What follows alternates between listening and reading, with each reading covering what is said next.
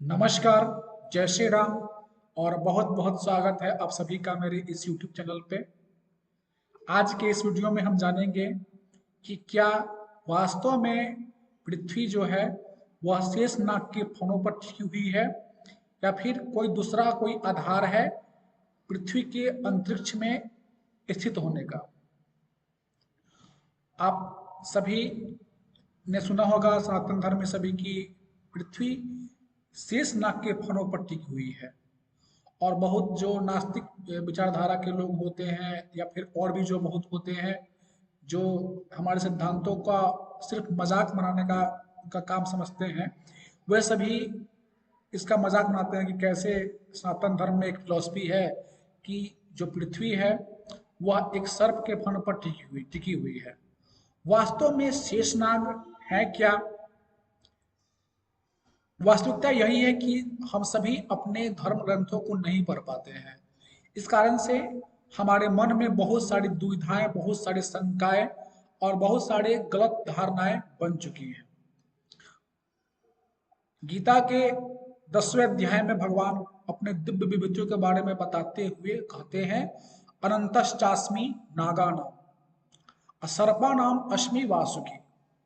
सर्पों में मैं वासुकी सर्प हूँ और अनंतश्चास्मि नागानाम, और अनंतों में शेषनाग।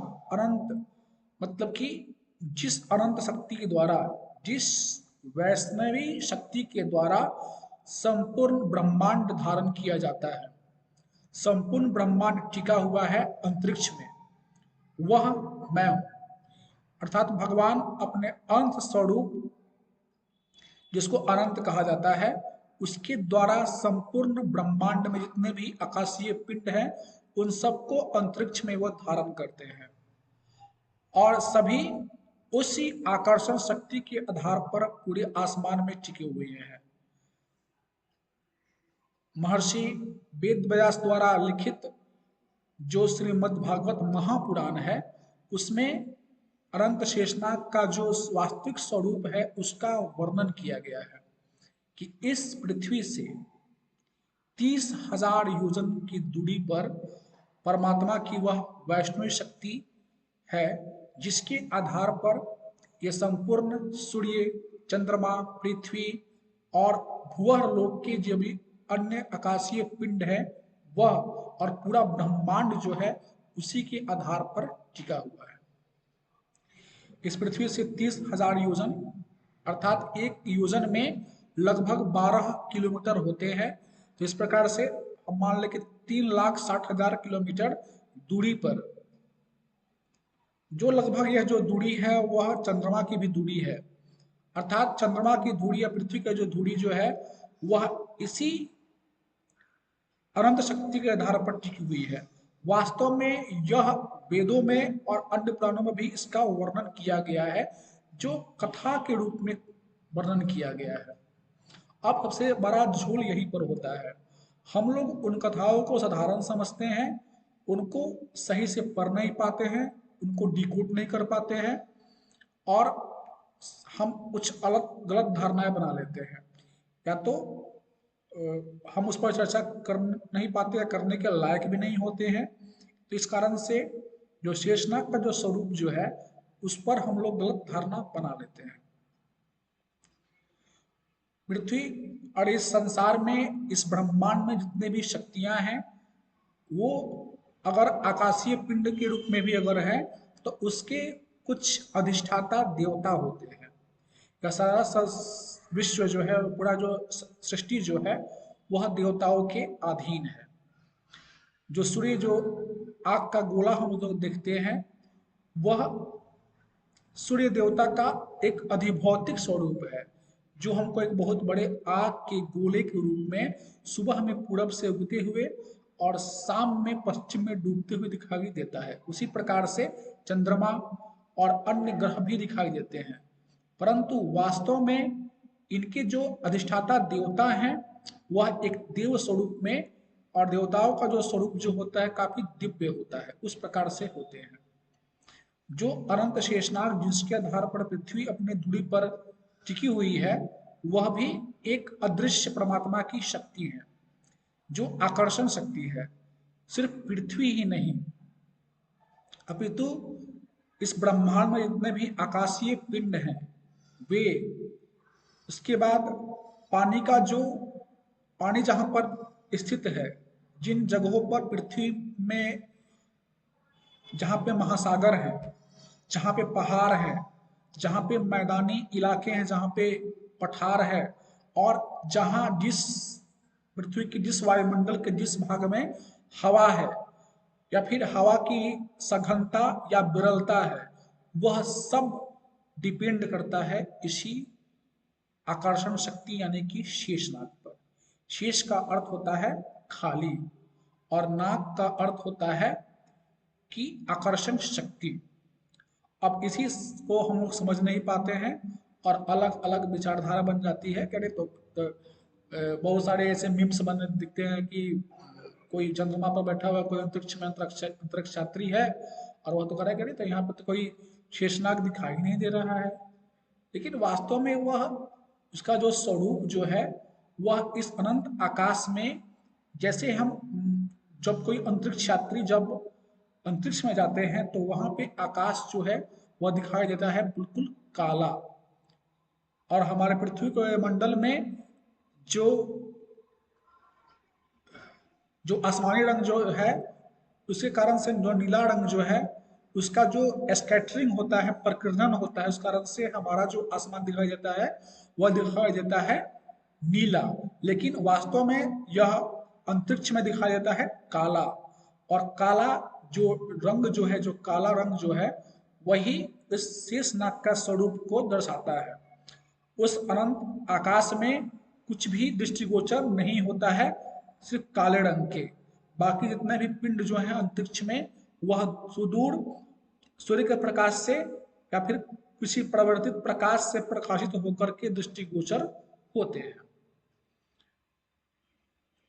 जब श्रीमद् भागवत महापुराण के जिन श्लोकों में शेषनाग के स्वरूप की चर्चा की गई है, उनमें यहाँ पे स्पष्ट कर दिया गया है कि यह आकर्षण शक्ति है, यह परमात्मा की वैष्णवी शक्ति है, जिसके आधार पर संपूर्ण सृष्टि में जितने भी आकाशीय पिंड हैं इस चतुर्दश भुवनात्मक ब्रह्मांड में, उन सबको धारण किया गया है। वास्तव में जो यह संसार जिस रूप में हम देखते हैं, उस रूप में वैसा है नहीं। हर युग में, त्रेता, सतयुग, द्वापर और कलयुग, हर युग में पृथ्वी की धुरी बदल जाती है, जिस कारण से मनुष्यों की ऊंचाई, लंबाई और वनस्पतियों का जो विशेष जो गुण होता है वह भी बदल जाता है। इस कारण से जो संसार का, जो ब्रह्मांड का जो वास्तविक स्वरूप है, वह हमको दृष्टिगोचर नहीं होता है। भगवान भी हमें दिखाई नहीं देते हैं, हमारी बुद्धि, हमारा मन भी हमको दिखाई नहीं देता है, लेकिन इसकी पूरी पूरी इस पूरे से पूरा इसका प्रभाव पड़ता है। कोई कहे कि मेरे पास मन है, लेकिन मन में अगर कहा जाए कि दिखा दो, तो क्या मन कोई दिखा पाएगा? लेकिन वह अति सूक्ष्म है और उसका पूर्ण प्रभाव हमारे जीवन पर पड़ता है। उसी प्रकार से परमात्मा की वैष्णवी शक्ति, भगवान की जो वैष्णवी शक्ति है, और स्वयं भगवान भी अपनी योग माया के द्वारा ढके हुए हैं। और सिर्फ समाधिस्थ पुरुष, कोई भी बहुत बड़ा से बड़ा वैज्ञानिक जो है, वह सिर्फ अपने भौतिक स्वरूपों से, भौतिक अपने उपकरणों से इन सब चीज को नहीं जान सकता है। वेदों में स्पष्ट कर दिया गया है कि सृष्टि के जितने भी रहस्य हैं, इस ब्रह्मांड के जितने भी रहस्य हैं, उनको सिर्फ समाधिस्थ होकर के योग धारणा द्वारा प्राप्त किया जा सकता है, या फिर उनके बारे में जानकारी ली जा सकती है, अन्यथा और कोई दूसरा रास्ता नहीं है। रामायण, वाल्मीकि रामायण में जब अध्ययन किया जाता है तो वहां पे अध्ययन में बताया जाता है कि एक सुमेरु पर्वत का वहां पर एक उल्लेख मिलता है, और सुमेरु पर्वत अब दिखाई नहीं देता है, परंतु उस युग में पृथ्वी की दूरी अलग थी, इस कारण से उस सुमेरु पर्वत को वो सभी देख पाते थे। जो चतुर्दश भुवनात्मक ब्रह्मांड है उसमें हम मनुष्यों का जो सीमा जो है देखने का जानने का वो बहुत ही सीमित है। और यहाँ पर जो समय का जो प्रवाह प्रवाह भी जो है रफ्तार भी जो है बहुत ही तेज है। तो श्रीमद् भागवत महापुराण के में जब वर्णन किया गया है शेषनाग का, तो वहां पर स्पष्ट कर दिया गया है कि यह जो शेषनाग जो है वह वास्तव में परमात्मा की वैष्णवी शक्ति है, जो कि आकर्षण शक्ति के रूप में काम करते हैं। और उनके जो अधिष्ठाता देवता जो है वह सतयुग में और महासर्ग के शुरुआत में वह व्यक्त होते हैं।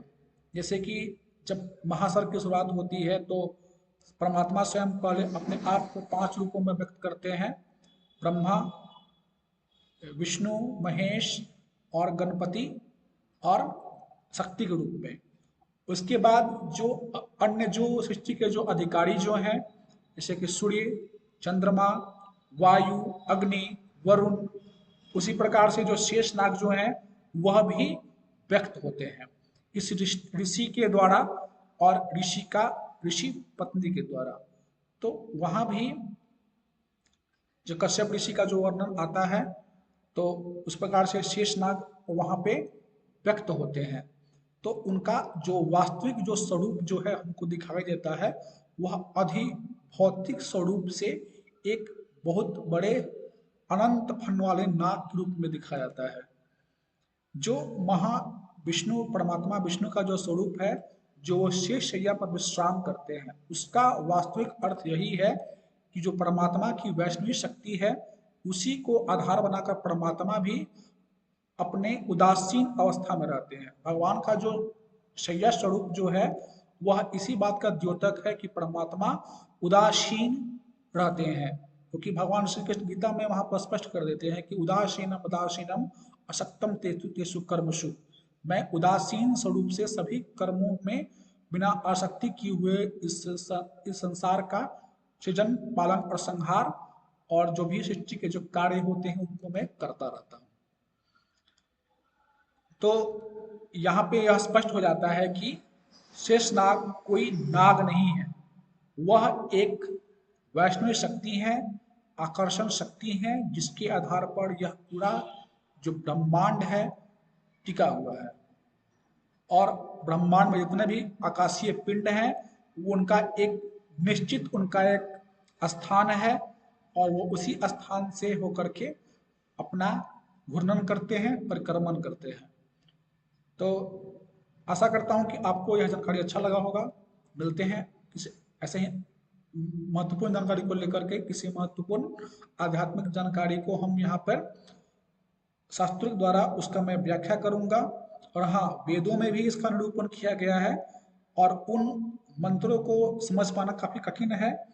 और उनको जब मैंने समझा या फिर मैंने बहुत सारे लोगों से जब बात किया जो इसके जानकार हैं, जो वैदिक विद्वान है, उन्होंने यही बताया कि वास्तविकता में लोगों की जो मानसिकता बनी हुई है वह नकारात्मक बनी हुई है हमारे धर्म ग्रंथों के बारे में। इस कारण से उनका कहना कोई अतिशयोक्ति नहीं है, वह अपने स्वभाव से मजबूर हैं, इस कारण से वह ऐसी बातें कर सकते हैं। लेकिन वास्तविकता यही है कि शेषनाग का जो अधिभौतिक स्वरूप जो है वह महासर्ग के शुरू में व्यक्त होता है तो एक नाग के रूप में होता है। सहस्त्र फन यानी कि अनंत उनके फन होते हैं, जो कि महाविष्णु की शैया भी हैं, परमात्मा स्वरूप विष्णु की शैया भी है।